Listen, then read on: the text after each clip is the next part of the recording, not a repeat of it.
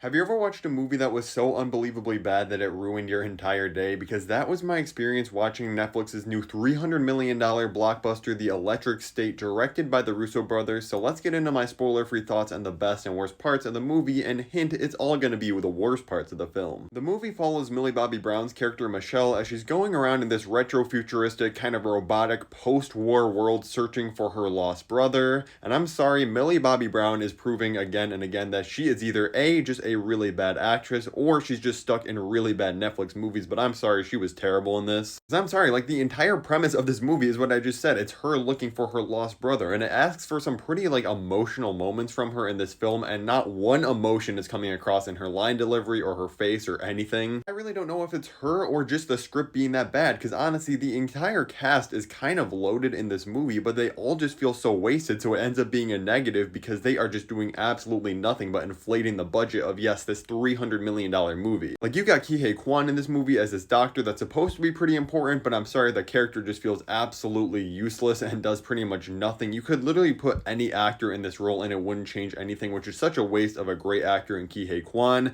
You got Chris Pratt just Star-Lording it up, except none of the jokes he delivers are as funny as when he's Star-Lord. Like, they were just blowing money on this movie. They hired Woody Harrelson to be the voice of this, like, robotic, haunting Mr. Peanut that you can see on screen now. First of all, this thing looks terrifying. Second of all, why on earth are we blowing money on Woody Harrelson for this when the budget's already huge? Like, I love Woody Harrelson. Him being the voice of Mr. Peanut added nothing to this. Now, I wasn't really familiar with the Electric State graphic novel. I had heard of it before, but I never read it. But just looking at some quick side-by-sides of the novel on the left versus what we actually got in the movie visually is such a downgrade. The book actually has so much style and substance behind the ideas, and the movie just loses all of the sauce from the original source material and just looks so unbelievably bland and boring and like every other Netflix original action movie you've ever seen in your life. There's literally nothing unique about the visuals of the film, and that's like the biggest highlight of the graphic novel from what I can tell. As I mentioned briefly when I brought up Chris Pratt, the humor in this movie is pretty terrible. Like, it is just the most cliche, overused humor you've ever heard in your life.